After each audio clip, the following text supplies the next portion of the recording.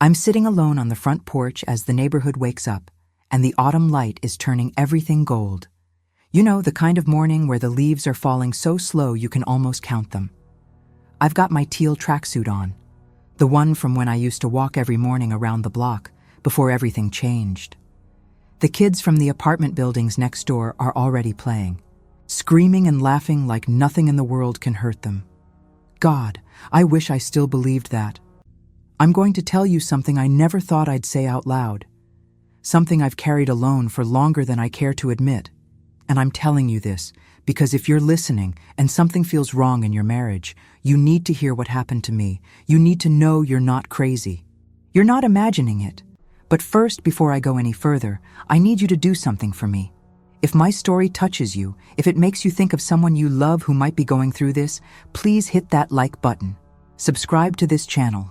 Not for me, for the next woman who's sitting on her porch at 75 years old wondering if she's losing her mind. For the next person who needs to hear they're not alone. This story needs to reach them, and you can help make that happen. It started with the lies. Small ones at first, you know? My husband David said he was working late, said his business partner needed him on a project. I believed him because I wanted to believe him. We'd been married 53 years by then, 53 years. And somewhere in those 5 decades, I'd learned to accept that marriage meant forgiveness, that blood and family always came first, no matter what. My mother taught me that, my grandmother before her. You forgive, you move forward. You don't air your dirty laundry in public. So when people started talking, and in Boston, people always talk, I didn't listen. The ladies at church whispered about seeing David at restaurants with a younger woman. My neighbor Martha said she saw them walking together down Charles Street, right there in broad daylight. I waved it all away. I told everyone David would never. Not David. Not my David who brought me roses on our anniversary, who held my hand during my surgery, who promised me forever in front of God and everyone we knew. I kept myself busy in the kitchen, listening to my gospel music while I made his favorite foods. Macaroni and cheese, baked golden on top, the way his mother taught me when we were newlyweds. I'd spend hours on that dish, thinking if I just loved him harder, cooked better, looked prettier, he'd remember why he married me. I wore that teal tracksuit, even though it was getting loose on me, made myself small, made myself forgettable, I guess. The house felt different those mornings. Our 2-story row house with the narrow backyard and the clothesline where I still hung sheets to dry. It felt emptier somehow, even when David was home. The autumn light would come through the kitchen windows, turning everything warm and golden. But I felt cold. I'd stand at the sink washing dishes and wonder when exactly everything had shifted. When had his kisses become perfunctory? When had he stopped asking about my day? I kept my plastic pill organizer on the kitchen counter, the one with the days of the week printed on each compartment. Monday through Sunday, all my medications lined up neat and tidy. I'd stare at it sometimes and think about how organized my life looked from the outside, how contained, how manageable. But inside, I was falling apart, one small lie at a time. The worst part was the property. God, the worst part. He had me sign papers. Just investments, he said, protecting our future. His voice was so calm, so reassuring. He'd spread the documents out on our dining room table, point to the signature lines, explain in that patient tone he used when he thought I wasn't understanding something. I signed. I signed away the house my parents left me, the one with the big front porch where my daddy used to sit and wave at neighbors. I signed away my mother's jewelry, her silver tea service, things that had her fingerprints on them if you looked close enough. I signed away 50 years of my life, piece by piece, and I told myself it was love. I told myself this was what wives did. My parents had raised me to believe that family meant sacrifice, that love meant putting others first, always. I'd given up a scholarship to business school when I got pregnant with our first child. I'd quit my job as a bookkeeper when David said his career needed more attention. I'd moved away from my sisters when his company transferred him. Every time, I told myself this was what marriage required. This was what forgiveness looked like. This was what faith demanded. I used to have hobbies. I used to stand in that kitchen listening to gospel music while I cooked, actually swaying to the rhythm, feeling something like joy. I'd make my macaroni and cheese and hum along to the old hymns, the ones my mother sang to me when I was small. But somewhere along the way, the music became background noise. The cooking became obligation. The joy leaked out of everything. So slowly I didn't even notice it was gone until I woke up one morning and realized I couldn't remember the last time I'd felt happy. David was spending money we didn't have. I'd see charges on the credit card statements, restaurants I'd never been to, jewelry stores, weekend trips to New York that he said were for business. The numbers kept growing. Our savings account kept shrinking. When I asked about it, he'd get that look on his face, that cold, dismissive look that made me feel small and stupid and nosy. "I handle the finances," he'd say. "That's not your concern." But it was my concern. It was our money. Money I'd helped earn back when I worked, money from my parents' estate, money we'd saved for retirement. Only now there wasn't much left. And I was 75 years old wearing a tracksuit that hung off my shoulders because I'd lost weight from worry and not eating right and lying awake at night wondering what was happening to my life. The lies kept coming. He said he was at a conference. He said he was helping his sister with her taxes. He said he was meeting with the accountant. But Martha saw him at a hotel in Cambridge. Another neighbor saw him at the theater with a woman in a red dress. The church ladies stopped talking when I walked into Bible study. I could feel their pity like a weight pressing down on my chest, making it hard to breathe. I confronted him once, just once, before everything fell apart. I said, "David, people are talking. They're saying they've seen you with someone." And he laughed, actually laughed. Then his face went hard, and he said, "Maybe if you paid more attention to how you look, I wouldn't need to look elsewhere." The words hit me like a slap. After 53 years of cooking his meals and raising his children and keeping his house and forgiving his moods and believing his lies, that's what I got. A suggestion that I wasn't enough, that I'd never been enough. I went to church that Sunday with my paper fan, the one with the funeral home advertisement on the back that I'd had for years. I sat in the same pew I'd sat in for decades, and I fanned myself while the pastor talked about forgiveness and grace and turning the other cheek. And I wondered if God really meant for us to forgive people who were actively destroying us. If faith really meant letting someone steal your life while you smiled and prayed harder. The history of my sacrifice reads like a catalog of everything a woman can give up. I gave up my education. I gave up my career. I gave up time with my own family because David's family always came first. When his mother got sick, I was the one who moved her into our house, changed her sheets, cooked her meals, sat with her through the night. When his brother needed money, we gave it, my money, from my parents' estate. When his sister's husband left her, we took in her kids for a summer.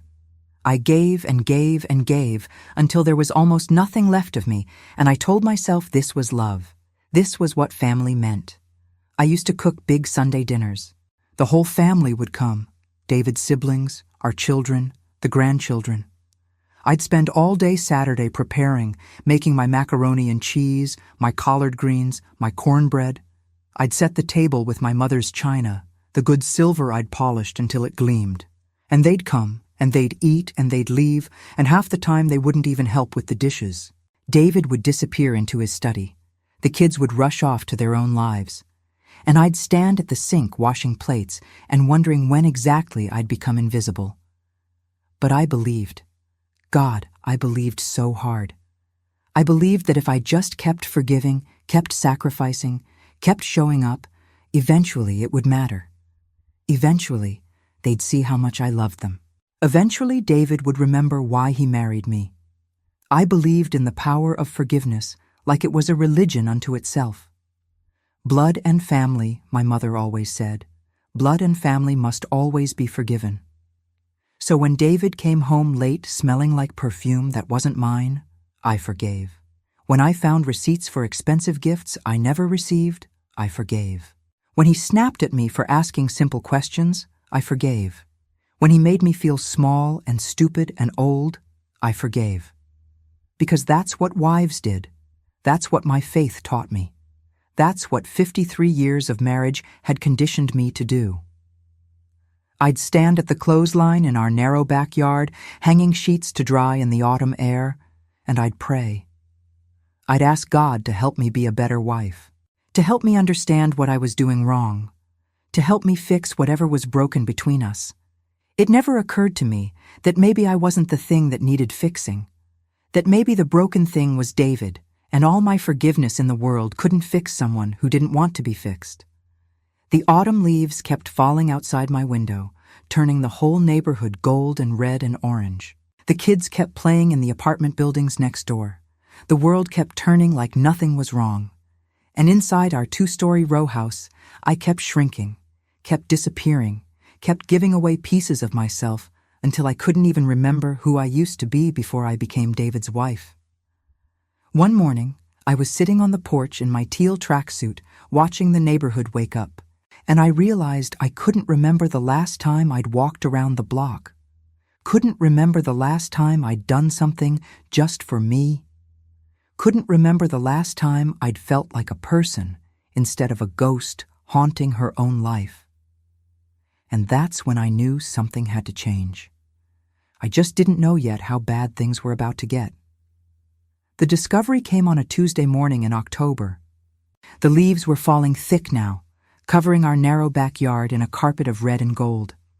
I was organizing David's papers because that's what I did. I kept his life organized, kept his affairs in order, kept everything running smoothly so he could focus on his work. Or what I thought was his work. I found a letter from the bank. It was addressed to David, but it was sitting right there on his desk, not even hidden. The bank was flagging unusual activity on our joint account, large transfers, withdrawals that didn't match our spending patterns. They were requesting a meeting to discuss potential fraud. Fraud! The words swam in front of my eyes. I had to sit down, had to put my hand on the desk to steady myself because the room was tilting sideways. I called the bank. My hands were shaking so hard I could barely dial the number. The woman on the other end was kind but professional. She couldn't give me all the details over the phone, she said. I'd need to come in, bring identification, bring account information. She said it in that careful way people use when they're delivering bad news, like if they say it gently enough, it won't hurt as much. I went to the bank that afternoon, took the bus because David had the car, and I didn't want to ask him for it, didn't want to alert him to what I was doing. I sat in a small office with glass walls while a young man in a suit showed me statements, transfers to accounts I'd never seen, withdrawals for amounts that made my stomach drop. Tens of thousands of dollars gone. Money from our retirement account, money from the home equity line, money from the trust fund my parents had set up years ago that was supposed to be untouchable. The young man asked if I'd authorized these transactions. I shook my head. My mouth was too dry to speak. He asked if I knew the account holder for the transfers. I shook my head again. He showed me documents with my signature on them, or what looked like my signature.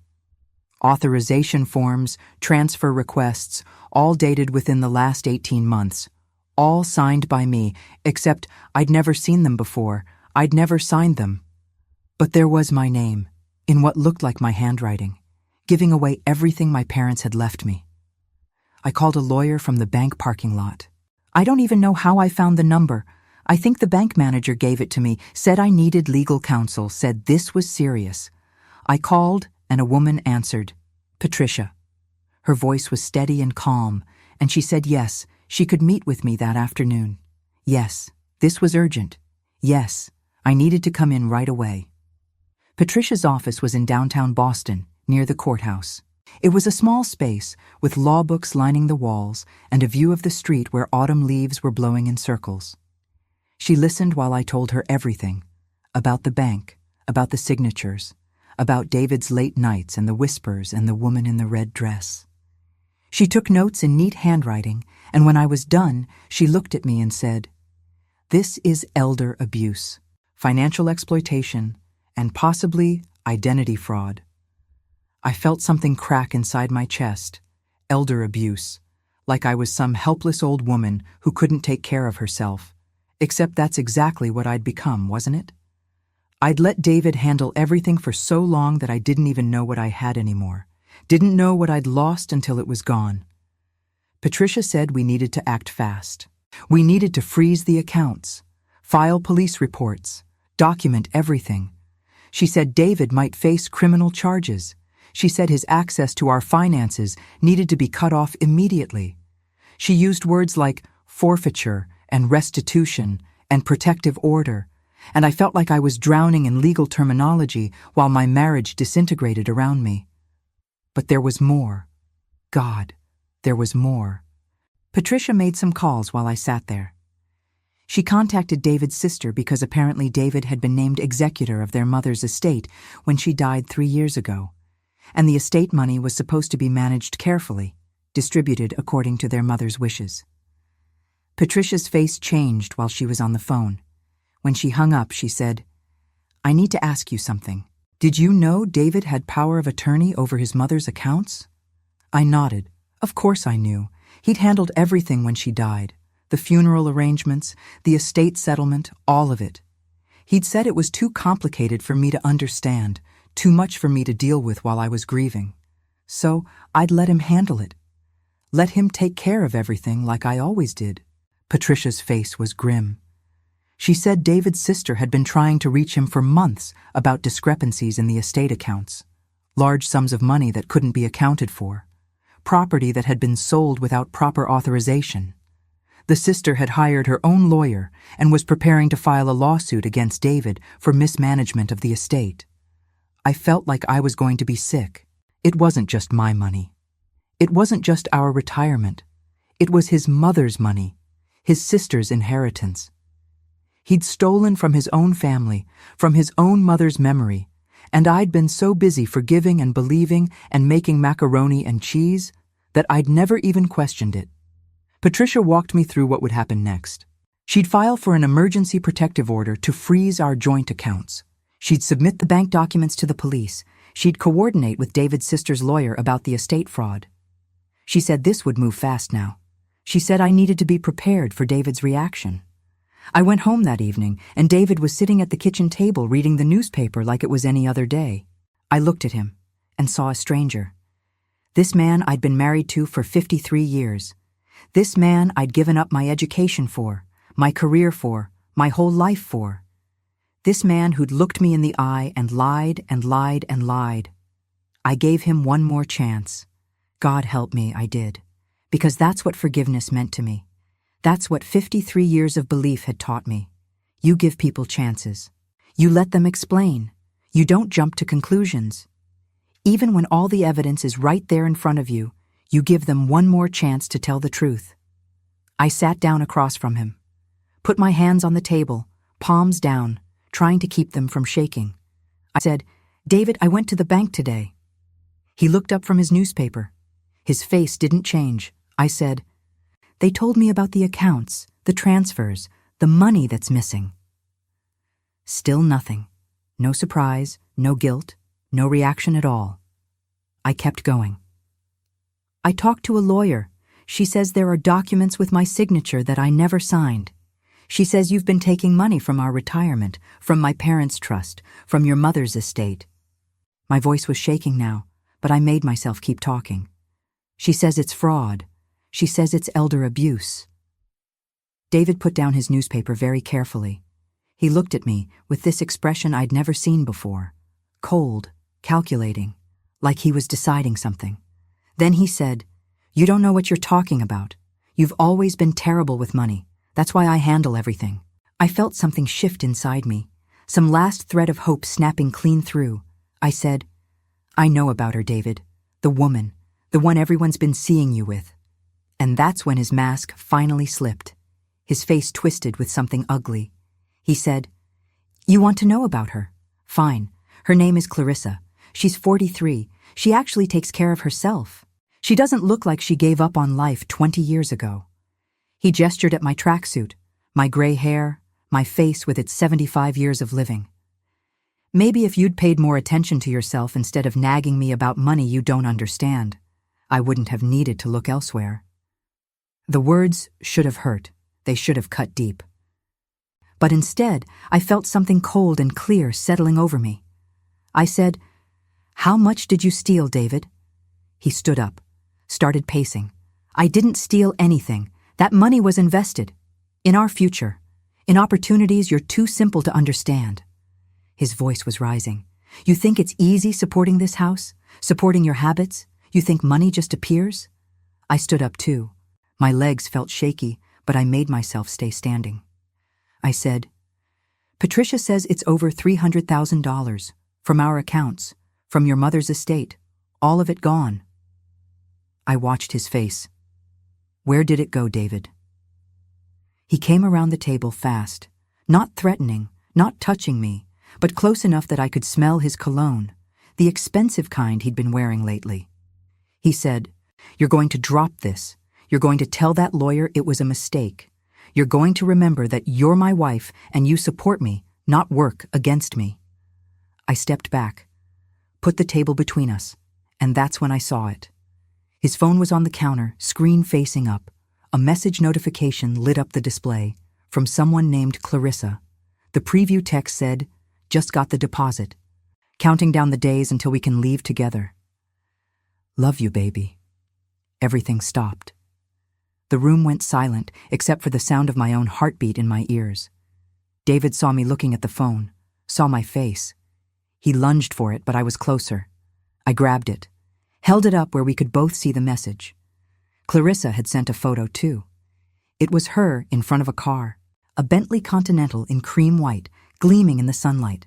The caption said, "Our new baby, can't wait to take it for a spin together." I looked at David. He was standing there frozen, his hand still outstretched. I said, "You bought her a Bentley, with my parents' money, with your mother's estate. You bought your mistress a Bentley." He didn't deny it, didn't explain. Just looked at me with those cold eyes and said, "What are you going to do about it? You need me. You can't make it on your own. You never could."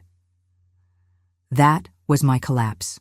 That moment right there, not finding out about the money, not discovering the affair, but realizing that the man I'd loved for 53 years thought I was so weak, so helpless, so completely broken down that I'd just accept this, that I'd just keep forgiving, that I'd just keep sacrificing while he stole my life and gave it to someone else.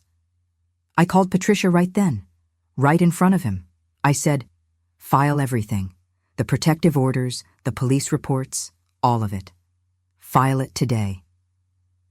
David tried to stop me, tried to take the phone, but I walked past him, out the front door, and I stood on that porch where the autumn light was fading to evening, and I didn't go back inside until I heard Patricia say she'd handle everything, that she'd make sure he couldn't touch another dollar, that she'd make sure he faced consequences for what he'd done. I grabbed my plastic pill organizer from the kitchen counter, the one with the days of the week, grabbed some clothes from the bedroom, grabbed my mother's photo album, the one thing I couldn't bear to leave behind. And I walked to Martha's house next door, and I asked if I could stay for a few days until Patricia said it was safe to go home. Martha let me in, made me tea, didn't ask questions. Just let me sit at her kitchen table while I shook and cried and tried to understand how my whole life had become a lie. How 53 years of forgiveness and sacrifice and belief had led me here, to my neighbor's kitchen at 75 years old, with nothing but a pill organizer and a photo album and a heart so broken I didn't think it would ever work right again. That was my collapse. That was the moment everything fell apart. And somehow, impossibly, that was also the moment I started to rebuild. I wish I could tell you that things got better right away, that once I'd made the decision to fight back, everything fell into place, neat and tidy, like a movie ending. But real life doesn't work that way. Real life is messy and hard and full of moments where you want to give up because it would be so much easier than keeping going. Patricia moved fast. Within 48 hours, she'd filed for emergency protective orders, freezing all our joint accounts. She'd submitted the bank documents to the Boston Police Department's fraud division. She'd coordinated with David's sister's lawyer about the estate mismanagement, and she'd gotten me a temporary restraining order that said David couldn't come within 100 feet of me. I stayed at Martha's house for 2 weeks, slept on her guest room bed, and tried not to think about how I'd ended up 75 years old and homeless in my own neighborhood. Martha fed me soup and toast because I couldn't keep much else down. The stress was eating me alive. I'd lost 10 pounds I couldn't afford to lose. My teal tracksuit hung on me like a tent now. David called, left voicemails, sent texts. At first they were angry, threatening. He said I'd be sorry, that he'd make sure I lost everything, that nobody would believe an old woman over him. Then the messages changed, became pleading, desperate. He said he was sorry, that he'd made mistakes but we could fix this, that Clarissa meant nothing, that after 53 years of marriage, didn't I owe him a chance to make things right? I deleted every message, blocked his number, but the damage was done. His words had already wormed their way into my head. Maybe I was making a mistake. Maybe I should forgive one more time. Maybe at my age, alone was worse than being with someone who'd stolen from me. These thoughts circled in my brain like vultures, picking at what was left of my resolve. Then I met Angela. She was a social worker with Elder Services of Boston, and Patricia had connected us. Angela came to Martha's house and sat with me at the kitchen table. She had kind eyes and gray hair pulled back in a bun, and she listened while I told her everything. When I was done, she said something I'll never forget. She said, "You didn't fail him. He failed you. And what he did has a name. It's called financial exploitation. It's a form of elder abuse, and you are not alone." Angela explained that cases like mine happened all the time, that older adults, especially women, were vulnerable to financial abuse from family members and spouses, that abusers counted on shame and loyalty and belief to keep their victims quiet, that everything I was feeling, the doubt, the guilt, the fear, was normal, that it meant I was human, not weak. She connected me with a support group, other women mostly, sitting in a church basement on folding chairs, drinking bad coffee from styrofoam cups, sharing stories that sounded too much like mine. There was Betty, whose son had stolen her Social Security checks. There was Rose, whose husband had forged her signature on a reverse mortgage. There was Linda, whose daughter had convinced her to sign over power of attorney and then emptied her bank accounts. We were all different ages, different backgrounds, different stories, but we all had the same look in our eyes, that hollowed-out look of women who'd trusted too much, believed too hard, forgiven too many times, and we were all trying to rebuild our lives from rubble. Angela helped me apply for emergency assistance, helped me file paperwork for victim compensation, helped me understand that what David had done wasn't a marriage problem or a personal failing. It was a crime, and I had every right to seek justice for it. Patricia kept me updated on the legal proceedings.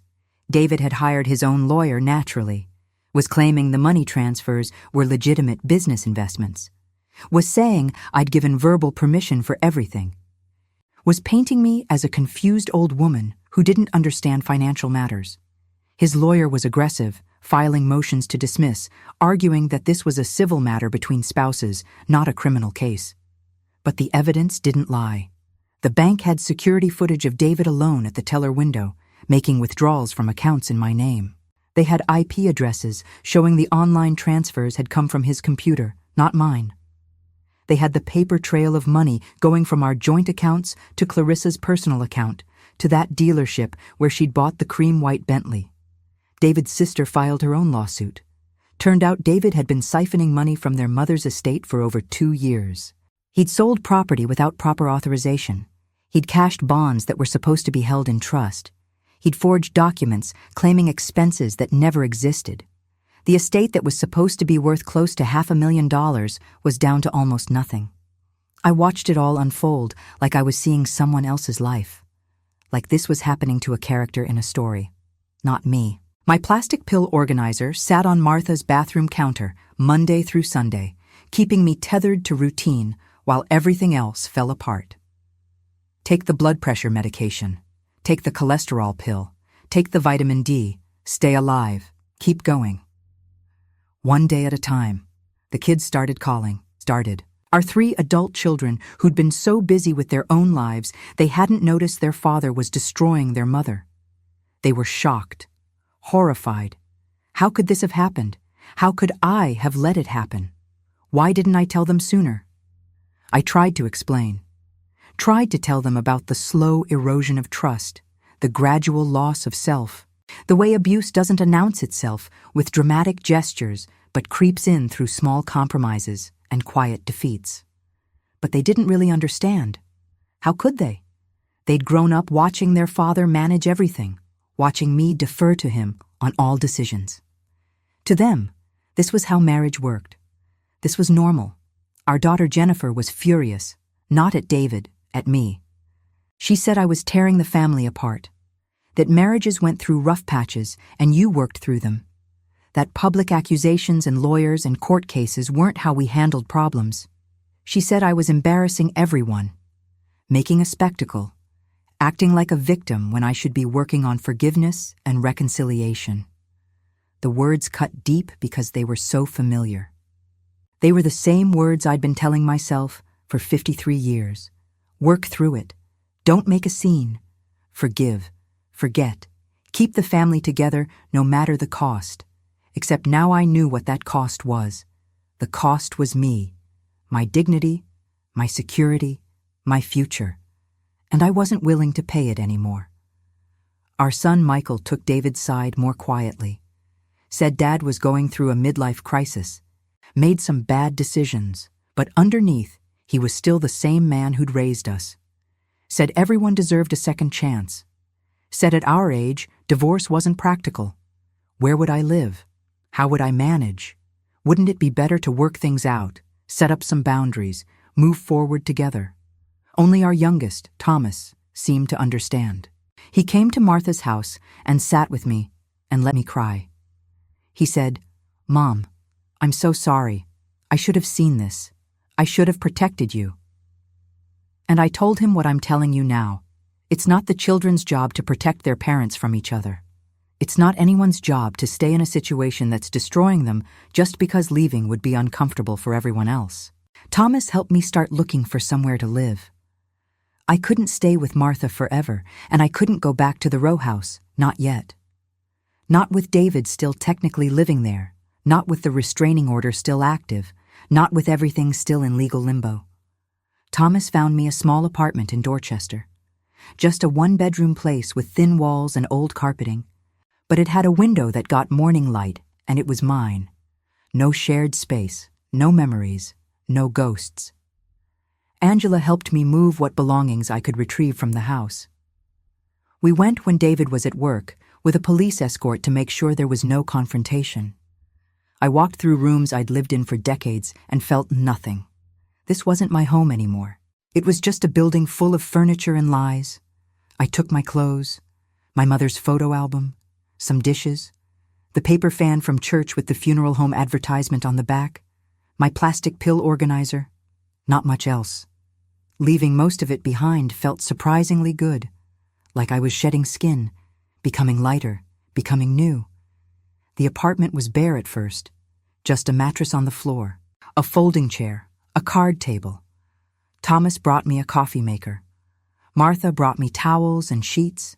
The women from the support group brought me casserole dishes and paper plates and enough canned soup to last through winter.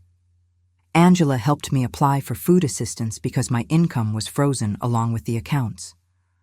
I was 75 years old, learning to live on charity, and somehow it felt more dignified than staying with a man who'd stolen my fortune. I started cooking again, not for anyone else, just for me. I'd make my macaroni and cheese in a small pan, just enough for one serving. I'd listen to my gospel music on a little radio Thomas had brought me. And sometimes I'd stand at that window with the morning light and I'd realize I was humming, actually humming along to the music, something I hadn't done in years. Patricia called with updates. The criminal investigation was moving forward. The district attorney was building a case for fraud, identity theft, and elder abuse. David's sister's lawsuit was progressing. The estate assets were being frozen pending investigation. The house was likely going to have to be sold to make restitution. Everything was complicated and messy and expensive, but it was happening. Justice was slow, but it was moving. David tried to see me, showed up at the apartment building one day, despite the restraining order. The neighbors called the police. He was arrested, spent a night in jail. His lawyer got him released, but the violation was on his record now. Another piece of evidence, another nail in the coffin of his credibility. I should have felt triumphant, should have felt vindicated, but mostly I just felt tired. Tired of fighting, tired of being strong, tired of explaining to my children why I couldn't just forgive their father one more time. I was so tired I could barely get out of bed some mornings, could barely swallow my pills from the plastic organizer, could barely remember why I was doing any of this. That's when Angela introduced me to someone new, a journalist named Rebecca who worked for a local paper and was doing a series on elder financial abuse. Rebecca wanted to interview me, wanted to tell my story as part of a larger investigation into how financial exploitation was happening across Massachusetts, how the systems were failing to protect vulnerable adults, how cases like mine fell through the cracks. I said no at first. The last thing I wanted was more publicity, more shame, more people knowing what had happened to me. But Rebecca was persistent. She said stories like mine needed to be told, that silence protected abusers and left victims isolated, that if I spoke up, I might help someone else recognize the warning signs before it was too late. So I talked to Rebecca, told her everything. She took notes and asked careful questions and treated my story like it mattered, like I mattered. And when the article came out a month later, something shifted. People I hadn't heard from in years reached out. Old friends, distant cousins, women from church. They said they'd had no idea. They said they wished they'd known. They said they'd seen the signs but hadn't wanted to interfere. They said they were sorry. The article mentioned the cream-white Bentley, mentioned Clarissa by name, mentioned the amounts of money stolen and the ongoing legal cases. It didn't paint a pretty picture. David's lawyer called Patricia, furious, threatening to sue for defamation. But you can't sue for defamation when everything in the article is true, when there's a paper trail backing up every claim, when the truth is just that ugly. David lost his job. His employer didn't want the publicity, the association with fraud and elder abuse. He moved in with Clarissa. The Bentley got repossessed when he couldn't make the payments. His sister's lawsuit forced him to liquidate what assets he had left. He was drowning in legal fees and restitution orders and criminal charges, and I felt nothing. Not satisfaction, not revenge, just nothing. He'd become irrelevant to my life. I was learning to fight, learning that fighting didn't mean shouting or violence or drama. Fighting meant showing up to court dates, filling out endless paperwork, meeting with lawyers and social workers and victim advocates, documenting everything, preserving evidence, telling the truth over and over again until someone listened. Fighting meant surviving, and I was good at surviving. I'd been doing it for 53 years. The turning point came on a cold morning in November. 6 months after I'd left the house with my pill organizer and my mother's photo album. 6 months of living in the bare apartment, fighting the legal battles, rebuilding piece by piece. Patricia called and said the judge had made a ruling. David was ordered to pay full restitution, not just to me, but to his sister for the estate funds. The house would be sold and the proceeds divided. He was convicted on multiple counts of fraud and identity theft. Sentenced to probation, community service, mandatory financial counseling. His sister's civil suit had resulted in a judgment of over $200,000.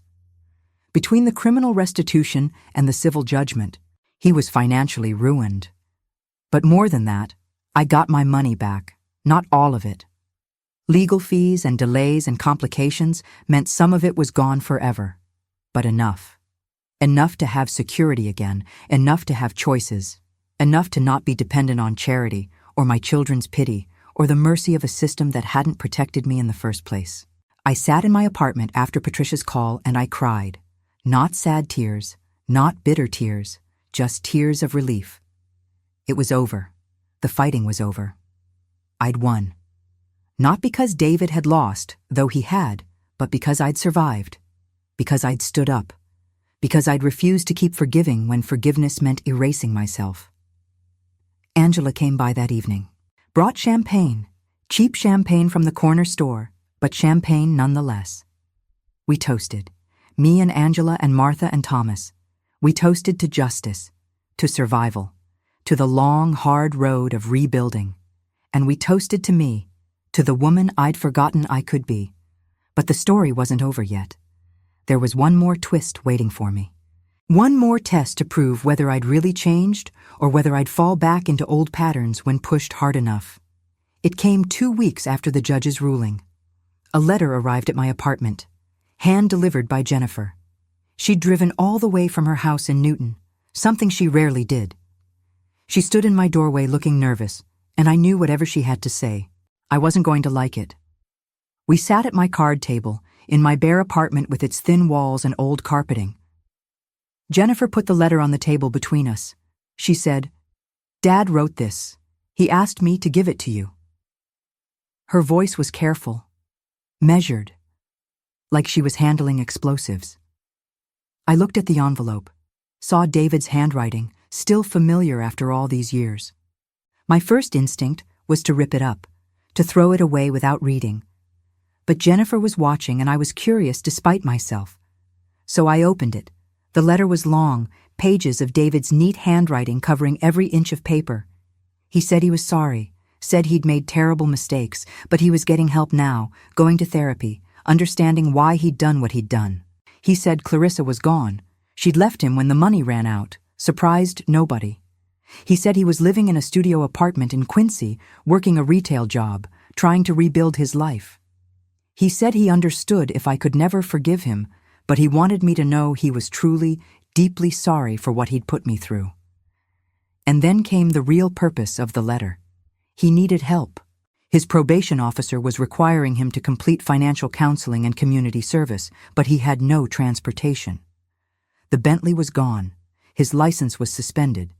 He was asking if I could help him get to his appointments, just temporarily, just until he got back on his feet. He said he had no one else to ask.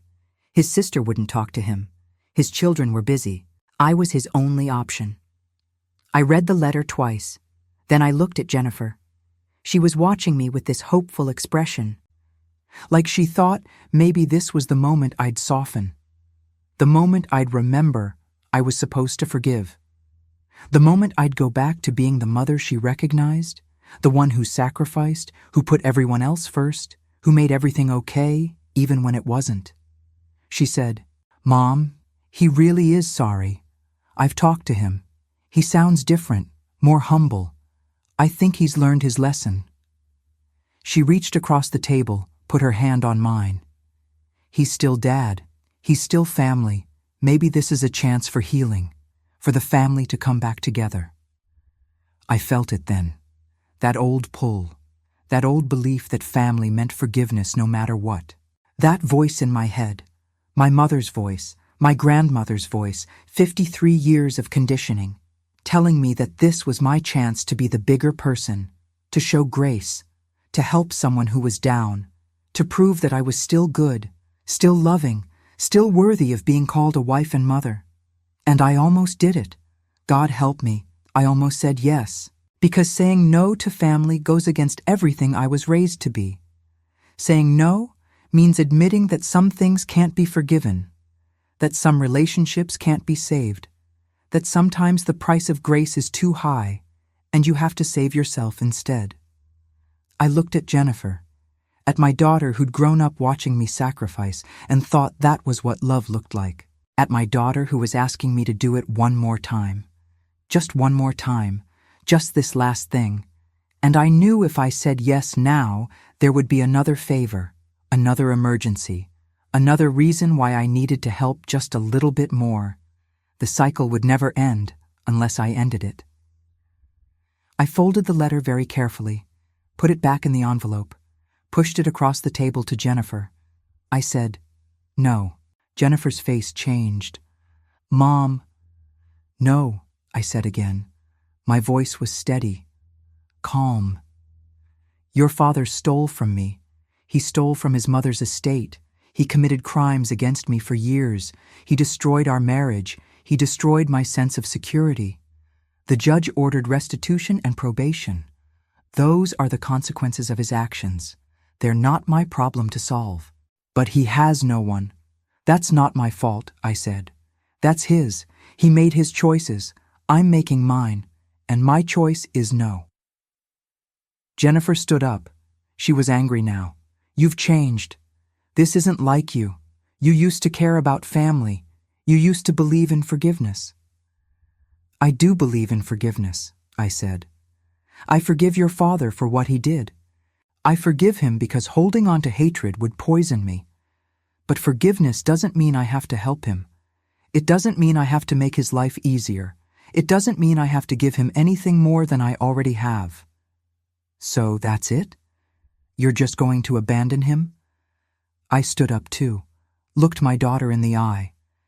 "He abandoned me first, every time he lied, every time he stole, every time he chose Clarissa over me, every time he made me feel small and stupid and worthless.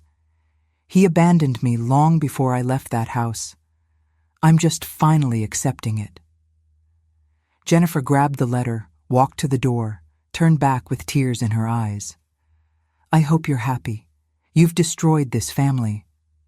And there it was, the accusation I'd been dreading, that this was my fault. That by refusing to keep sacrificing, I'd become the bad guy. That my unwillingness to enable abuse somehow made me the abuser. I said, "Jennifer, I love you. I love your brothers. I love the family we built. But I can't keep setting myself on fire to keep everyone else warm. Your father needs help, real help from professionals, not from the wife he victimized. If you want to help him, that's your choice. But it's not mine. And I need you to respect that." She left. The door closed behind her with a soft click, and I stood in my bare apartment with my card table and my folding chair and my mother's photo album, and I felt something I hadn't felt in years. I felt proud of myself. For the first time in 53 years of marriage and forgiveness and sacrifice, I'd chosen me. I'd put my own well-being first. I'd set a boundary and held it even when it hurt. That was the final test. That moment when I could have fallen back into old patterns. That moment when I could have convinced myself that one more chance wouldn't hurt, that this time would be different, that family obligation mattered more than self-preservation. And I'd passed. I'd chosen differently. I'd chosen myself. The legal proceedings wrapped up over the next few months. David's probation continued. His sister got her judgment.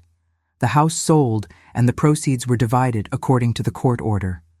I got enough money to feel secure again. Not rich, not what I'd lost, but enough to make choices about my future instead of just surviving day to day. I stopped going to the support group eventually, not because I didn't need it anymore, but because I'd graduated somehow. I'd become one of the success stories, the woman who'd escaped, who'd fought back, who'd rebuilt. Angela still checked in regularly. Patricia became more friend than lawyer. Rebecca did a follow-up article featuring my story of recovery. And slowly, piece by piece, I built a new life. I started small, got a better apartment, still in Dorchester but nicer. 2 bedrooms, one for me, one for guests. Big windows that got good light. A real kitchen where I could cook properly. I bought a new tracksuit. Bright purple this time, not teal. Started walking again in the mornings, around the neighborhood, feeling my body wake up after years of stress and starvation. I reconnected with old friends, women I'd lost touch with during the marriage because David didn't like them or because I was too ashamed to let anyone see how small I'd become. We met for coffee, for lunch, for afternoon walks. They told me I looked different, lighter, like I'd been carrying a weight and finally put it down. I learned to manage my own money, opened new bank accounts in my name only. met with a financial advisor who helped me understand my assets and make plans for the future. I was 76 years old, learning to read a budget spreadsheet, and it felt like power. Like reclaiming a part of myself I'd given away decades ago. The best thing, the thing that surprised me most, was dinner. I started eating dinner in my living room instead of at the kitchen table. Just me, a TV tray, whatever simple meal I'd made for myself, usually just macaroni and cheese, still my favorite, still golden on top. I'd eat slowly, watching the evening news or a cooking show, and I'd realize I was content. Actually content. Not happy in the explosive, dramatic way. Just quietly content with my own company. I didn't need much. Didn't need the row house with its narrow backyard and clothesline. Didn't need David's approval or his presence or his broken promises. Didn't need the image of the perfect marriage or the respect of people who'd never really respected me anyway. I just needed safety, peace, a warm place to sleep and food in the cupboard, and the right to make my own choices. Thomas visited regularly, brought his kids, my grandchildren, who'd heard some version of what had happened but didn't fully understand. They just knew Grandma lived alone now, and Grandpa had done something bad, and nobody talked about it much. I didn't try to explain. They'd understand when they were older. For now, it was enough to bake cookies with them in my small kitchen and let them watch cartoons in my living room and show them that I was okay. Jennifer eventually came around. It took almost a year, but she called one day and asked if we could talk. We met at a cafe in Cambridge, neutral ground. She apologized, said she'd been in denial about who her father really was. Said seeing him struggle with the consequences of his actions had opened her eyes. She said she understood now why I'd said no, why I'd had to protect myself. We cried together over coffee and scones, mourning the family we thought we had, accepting the reality of what it actually was. Michael took longer, still took his father's side, still thought I'd overreacted, still believed that at my age I should have just kept quiet and maintained the peace. We had limited contact, birthday cards, occasional phone calls that stayed surface level. It hurt, but I accepted it. I couldn't control how my children responded to my choices. I could only control my own actions and live with the consequences. I made plans, real plans for the first time in decades. I wanted to leave Boston, not immediately, but eventually. I wanted to go somewhere warm where I'd never have to shovel snow again. I'd been looking at mobile homes in Florida, in Arizona, in southern Texas, small places with big windows and communities of other retirees who'd rebuilt their lives after loss. Places where I could start completely fresh with no history, no memories, no ghosts. I joined a church closer to my new apartment, a small congregation that met in a converted storefront, with music that made me want to dance and sermons that talked about liberation and justice and the God of second chances.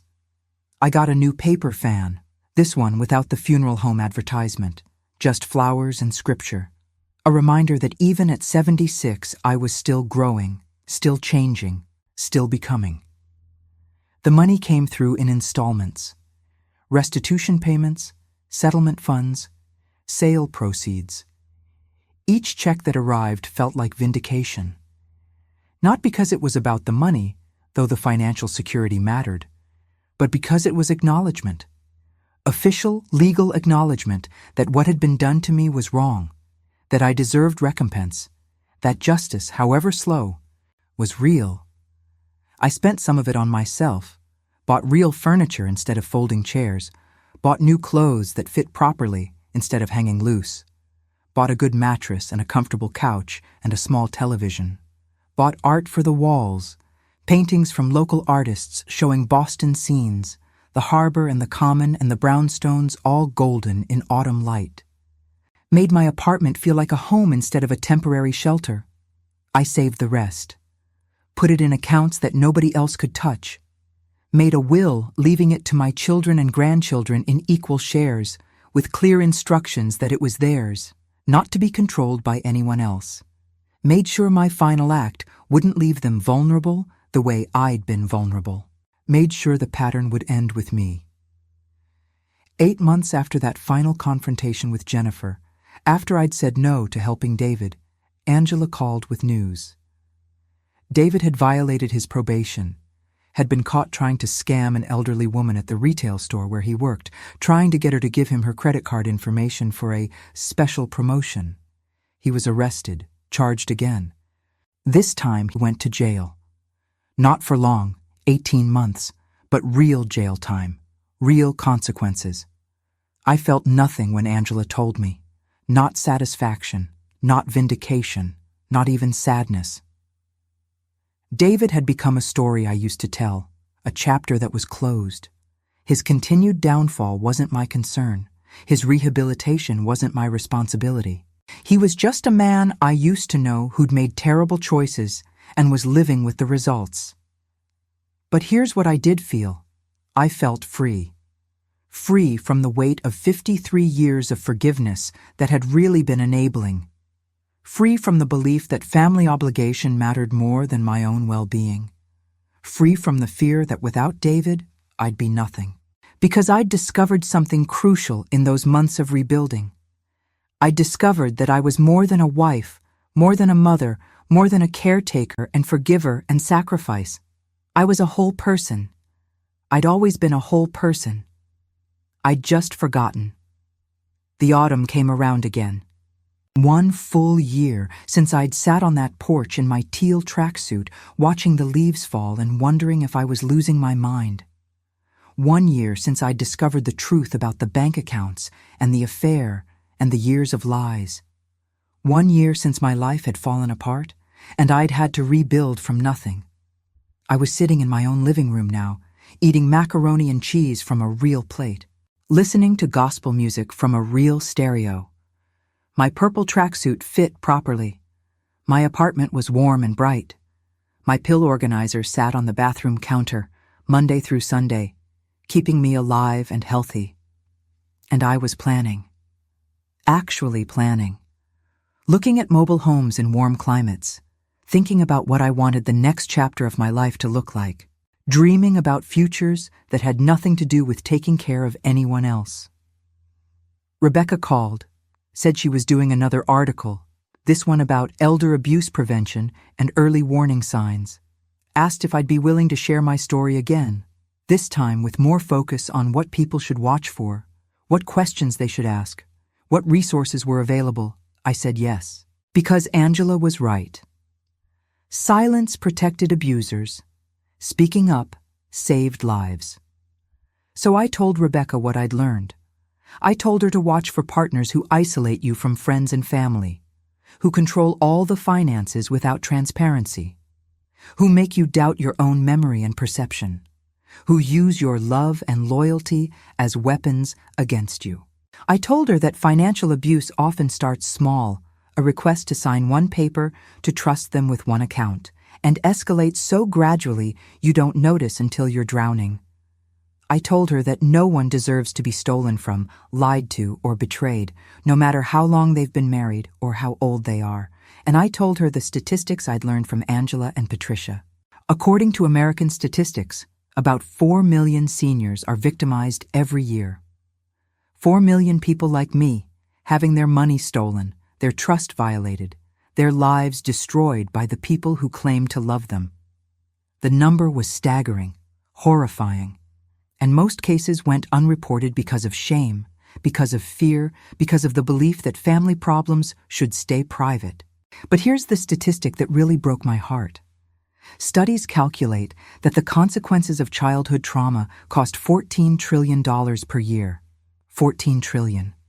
Because so much of why I'd stayed, why I'd forgiven, why I'd sacrificed came from patterns learned in childhood. From watching my mother defer to my father, from being taught that good girls don't make waves, from internalizing the message that my worth came from how well I served others. The trauma wasn't just my marriage falling apart. The trauma was 50-plus years of believing I didn't matter as much as everyone else. Rebecca asked what I wished I'd known earlier, what advice I'd give to someone who was living through what I'd lived through. I thought about it for a long time before answering. I said, I wish I'd known that forgiveness doesn't require you to stay in harm's way, that you can forgive someone and still protect yourself, that setting boundaries isn't cruel, it's necessary. I wish I'd known that I deserved better, that my needs mattered, that it's not selfish to ask for honesty and respect and basic human decency from the person you've given your whole life to. I said, if someone out there is reading this and wondering if they're being abused, if they're making excuses for behavior that deep down they know is wrong, if they're sacrificing themselves trying to save someone who doesn't want to be saved, I want them to ask themselves one question, just one. Would you want this for your daughter? Would you want her to live the life you're living? Would you tell her to stay? Because that's what finally broke through for me. Imagining Jennifer in my situation, imagining my granddaughter growing up to accept what I'd accepted. The thought was unbearable. I'd never want that for them. And if I wouldn't want it for them, why was I accepting it for myself? Rebecca's article came out a month later. It was powerful, devastating. She'd interviewed multiple women, all with stories like mine. All of us had believed we were alone. All of us had sacrificed.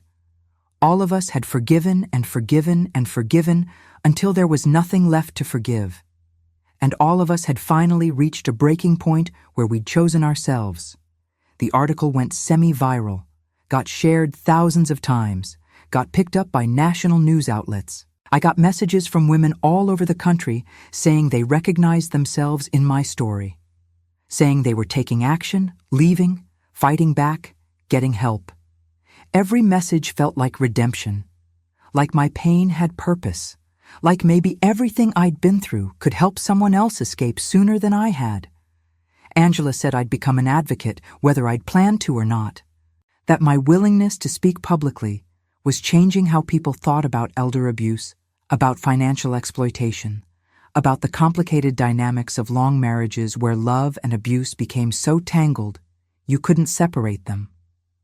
She said I was making a difference. Me. At 76 years old, living in a 2-bedroom apartment in Dorchester, eating macaroni and cheese off a TV tray. I was making a difference. I don't know what happens next. I might move to Florida, might stay in Boston near Thomas and the grandchildren, might do something I haven't even thought of yet. The future is uncertain, but for the first time in decades, it's mine. I get to choose. Not David, not my children's expectations, not my mother's voice telling me what good women do. Me. I get to choose. I still have the plastic pill organizer, Monday through Sunday, still taking my medications, keeping myself healthy, staying alive. But now when I look at it, I don't see obligation. I see possibility. I see another day to live the life I'm building, another day to be free, another day to be me. The other day I was walking around the neighborhood in my purple tracksuit. The autumn leaves were falling again, making everything gold and red. A young woman stopped me. She said she'd read Rebecca's article. She said she thought her grandmother might be going through something similar. She didn't know how to help. She asked what she should do. I told her to listen, to believe her grandmother if she said something was wrong, to help her get to resources, social workers, lawyers, banks that could freeze accounts. I told her not to judge, not to ask why her grandmother had stayed or why she hadn't seen the signs sooner. I told her the most important thing was to let her grandmother know she wasn't alone, that help was available, that it was never too late to choose yourself. The young woman thanked me, hugged me right there on the sidewalk, said I'd given her hope, and I walked home thinking about hope, about how I'd lost it for so long, how I'd lived in that row house with its narrow backyard feeling hopeless and helpless and trapped, and how piece by piece I'd gotten it back. Not because everything was perfect, it wasn't. Not because all my relationships were healed, they weren't. But because I'd survived, I'd fought, I'd chosen myself, and that was enough. So here's what I want you to hear. If you're listening to this and something feels wrong in your marriage, in your relationship, In your family dynamics, trust that feeling. Your instincts are probably right. If someone is controlling your money without transparency, that's a warning sign. If someone is isolating you from friends and family, that's a warning sign. If someone is making you doubt your own perception and memory, that's a warning sign. If someone is using your love and forgiveness as weapons against you, that's a warning sign. And if you're thinking, maybe you're overreacting, maybe it's not that bad, maybe you should just try harder to make it work. Ask yourself that question. Would you want this for your daughter? Would you want your child to live the life you're living? If the answer is no, then it's not good enough for you either. You deserve honesty. You deserve respect. You deserve safety. You deserve to have your own money, your own choices, your own life. You deserve to eat dinner in peace without fear of criticism or control. You deserve to sleep without worrying what will be taken from you next. You deserve to grow old with dignity, not with dread. I'm 76 years old, and I'm just learning what I deserve. Don't wait as long as I did. Don't sacrifice 53 years before you realize sacrifice isn't the same as love. Don't forgive so much that you forget you matter too. Because here's what I learned in the hardest way possible. Forgiveness is important. Family is important. Marriage is important. But you are important too. You are not less important than everyone else. You are not here just to serve and sacrifice and make everyone else's life easier while your own life falls apart. You are here to live, to thrive, to be whole. And anyone who asks you to shrink yourself, to give up your security, to accept abuse, they don't love you. They're using you. And you deserve better. Have you lived this? Do you know someone who has? If this story touched something in you, if you recognized yourself or someone you love, please talk to someone. Call a social worker, call a lawyer, call the elder abuse hotline. Call a friend. Don't stay silent. Don't stay stuck. You are not alone. 4 million of us every year. 4 million. And every one of us deserves help, deserves justice, deserves a second chance at life. And if this story helped you understand something you didn't understand before, if it made you think differently about elder abuse or financial exploitation or the complicated dynamics of long marriages, please share it, like this video, subscribe to this channel, help this message reach someone who needs to hear it. Because somewhere out there, a woman is sitting on her porch in a tracksuit that's too big, watching the leaves fall, wondering if she's crazy. And she needs to know she's not. She needs to know help exists. She needs to know it's never too late to choose yourself. That's my story. That's what happened when I trusted my husband and discovered I shouldn't have. That's what happened when I finally chose myself after 53 years of choosing everyone else. I'm not telling you to leave your marriage or abandon your family. I'm telling you to recognize abuse when you see it. To understand that love doesn't steal, doesn't lie, doesn't manipulate. To know that you have value, you have rights, you have options. I'm sitting in my living room now, my small, safe, peaceful living room with its big windows and gospel music and the smell of macaroni and cheese baking in the oven, just for me. And I'm okay. Better than okay. I'm free. And if a 76-year-old woman with nothing but a pill organizer and some restitution money can rebuild her life, so can you. So can anyone. It's never too late. You're never too old. You're never too stuck. There's always a way forward if you're brave enough to take it. Trust yourself. Protect yourself. Choose yourself. You deserve it.